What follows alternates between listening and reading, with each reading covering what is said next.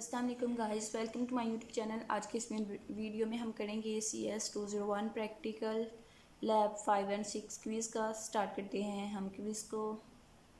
जो सबसे पहला हमारे पास MCQs है वो क्या है कि which of the following shows the memory address of the first element in an अरे। ठीक है कि अरे में मेमोरी एड्रेस जो है फर्स्ट एलिमेंट का मेमोरी एड्रेस शो कैसे करते हैं उसका सिंटैक्स हमने बताना है। ठीक है, तो यहाँ पे हमारे पास ऑप्शंस क्या हैं। अरे नहीं, इस तरह भी हम नहीं लिखते। अरे ज़ीरो नहीं, अरे ज़ीरो, अरे ज़ीरो। ठीक है, तो ये जो है सिंटैक्स ऑप्शन नंबर डी वाला, ये हमारे पास इसका करेक्ट आंसर होगा कि हम सबसे पहले अरे का नेम लिखते हैं, उसके बाद हम कर्ली ब्रेसिस नहीं लगाते बल्कि स्क्वायर ब्रेसिस लगाते हैं। ठीक है, और दरमियान में हम जो है ज़ीरो लिखते हैं। ज़ीरो जो है वो अरे के फर्स्ट एलिमेंट का इंडेक्स होता है। ठीक है, तो ज़ीरो इंडेक्स हम लिखेंगे फर्स्ट एलिमेंट के लिए, हमने वो लिखा तो it's mean option number D जो है वो हमारे पास इसका करेक्ट आंसर होगा। नेक्स्ट वन है कि which of the following option gives the value stored at the address pointed to by the pointer PTR। ठीक है कि PTR एक हमारे पास पॉइंटर है। पॉइंटर जो है वो किसी वैल्यू को पॉइंट कर रहा है, तो उसकी पॉइंटेड वैल्यू जो है उसका एड्रेस हम किस तरह से देते हैं वो हमने बताना है। तो यहाँ पे क्या है, वैल्यू PTR इस तरह भी हम नहीं देते, PTR और स्टैटिक PTR और एम्परसेंड PTR। ठीक है, तो हम जो है PTR की जो पॉइंटर हमारे पास होता है उसकी जो वैल्यू है उसको उसका एड्रेस हम इस तरह से देते हैं कि सबसे पहले हम स्टैटिक लगाते हैं और फिर हम PTR यानी कि पॉइंटर का नेम लिख देते हैं। तो ऑप्शन नंबर सी जो है वो आपके पास इसका करेक्ट आंसर होगा। नेक्स्ट वन MCQs नंबर 3 क्या है कि in C++ the precise way to declare a pointer is. ठीक है, C++ में पॉइंटर को डिक्लेयर करने का वे क्या है या मेथड क्या है। ठीक है, तो सबसे पहले क्या है कि इंट PTR नहीं, इस तरह हम नहीं लिखते, इस तरह से हम वेरिएबल्स को डिक्लेयर करवाते हैं। तो ये पॉइंटर है इंट स्टैटिक PTR। तो इस तरह ये जो मेथड MCQs नंबर बी में गिवन है ये हमारा पॉइंटर को डिक्लेयर करने का मेथड है। इट्स मीन कि ऑप्शन नंबर बी जो है वो आपके पास इसका करेक्ट आंसर होगा।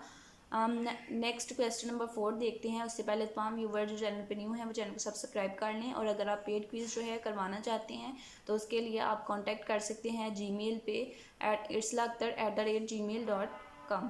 स्टार्ट करते हैं नेक्स्ट MCQs को। MCQs नंबर 4 क्या है कि आइडेंटिफाई द इनवैलिड ऑप्शन। ठीक है, तो यहाँ पे हमें ऑप्शंस गिवन हैं, हमने इनवैलिड ऑप्शन जो है उसको आइडेंटिफाई करना है। तो वो हमारे पास इनवैलिड ऑप्शन जो होगा वो हमारे पास ऑप्शन होगा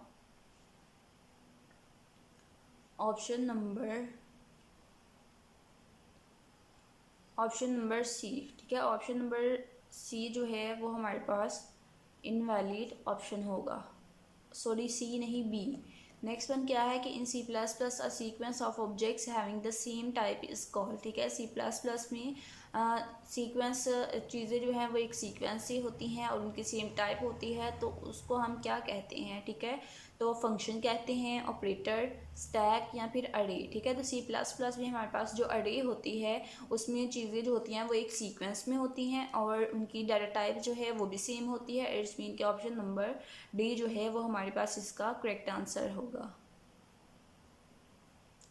नेक्स्ट वन MCQs है कि what will be the output of the following code. ठीक है, कि हमें कोड गिवन है, उसकी आउटपुट क्या आएगी वो हमने बतानी है।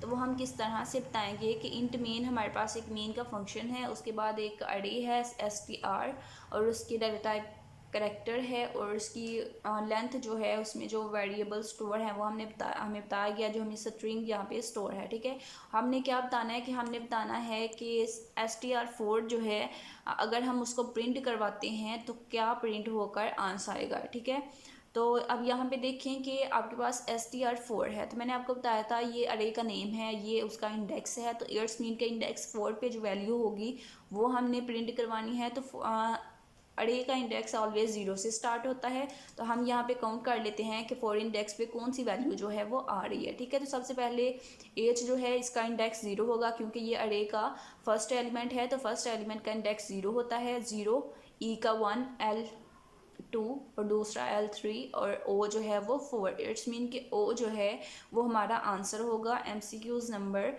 सी जो है वो करेक्ट आंसर होगा।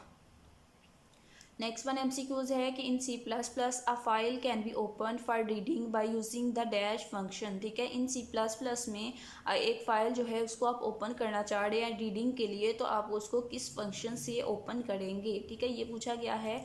तो राइट फंक्शन जो है वो तब हम यूज़ करेंगे जब हम फाइल में लिखना चाह रहे हैं, जब हम फाइल को ओपन कर रहे हैं लिखने के लिए। ठीक है, उसके बाद ओपन है तो ओपन हम फंक्शन जो है वो तब यूज़ करेंगे जब हम फाइल को क्रिएट कर रहे हैं। ठीक है, और फाइल ओपन जब हम जस्ट फाइल को ओपन कर रहे हैं, और रीड फंक्शन जो है वो हम तब यूज़ करेंगे जब हम फाइल को ओपन कर रहे हैं रीडिंग के लिए। इट्स मीन कि ऑप्शन नंबर डी जो है वो हमारे पास करेक्ट आंसर होगा, क्योंकि हम फाइल जो है उसको रीडिंग के लिए ही ओपन कर रहे हैं।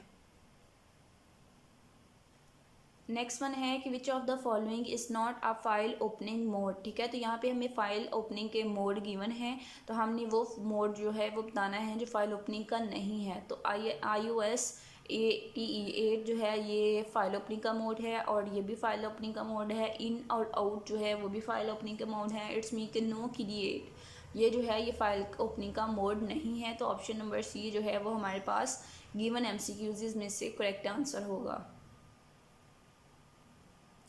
नेक्स्ट वन MCQs है कि in C++ to get the value stored at memory address we use the dash operator. ठीक है, C++ में हम मेमोरी एड्रेस पे स्टोर्ड जो वैल्यू है उसको गेट करना चाहते हैं, तो उसको हम किस तरह से किस ऑपरेटर के ज़रिए गेट करेंगे। तो यहाँ पे क्या ऑपरेटर्स हमें गिवन है, बिटवाइज अरिथमेटिक, डिफरेंसिंग एंड लॉजिक। ठीक है, तो डिफरेंसिंग ऑपरेटर जो है वो हमारे पास गिवन ऑप्शंस में से करेक्ट आंसर होगा कि अगर हम किसी मेमोरी एड्रेस पे वैल्यू स्टोर है और उसको गेट करना चाह रहे हैं तो उसके लिए हम डिफरेंसिंग ऑपरेटर जो है वो यूज़ करेंगे।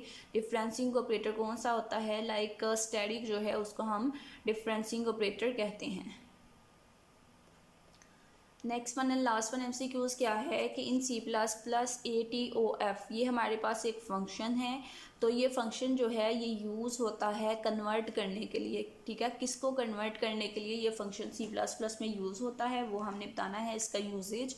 तो MCQs क्या है कि character string to integer, character string to float, character string to short, या फिर करेक्टर स्ट्रिंग को लॉन्ग इंटीजर में। ठीक है, तो ATOF ये जो फंक्शन है ये यूज़ होता है करेक्टर्स को स्ट्रिंग टू फ्लोट में कन्वर्ट करने के लिए। ठीक है, ऑप्शन नंबर बी जो है वो आपके पास इसका करेक्ट आंसर होगा। मज़ीद सॉल्यूशंस के लिए आपने मेरे चैनल को सब्सक्राइब करना है ताकि आप चैनल के साथ अटैच हो जाएं और मज़ीद सॉल्यूशंस आप तक पहुंचते रहें।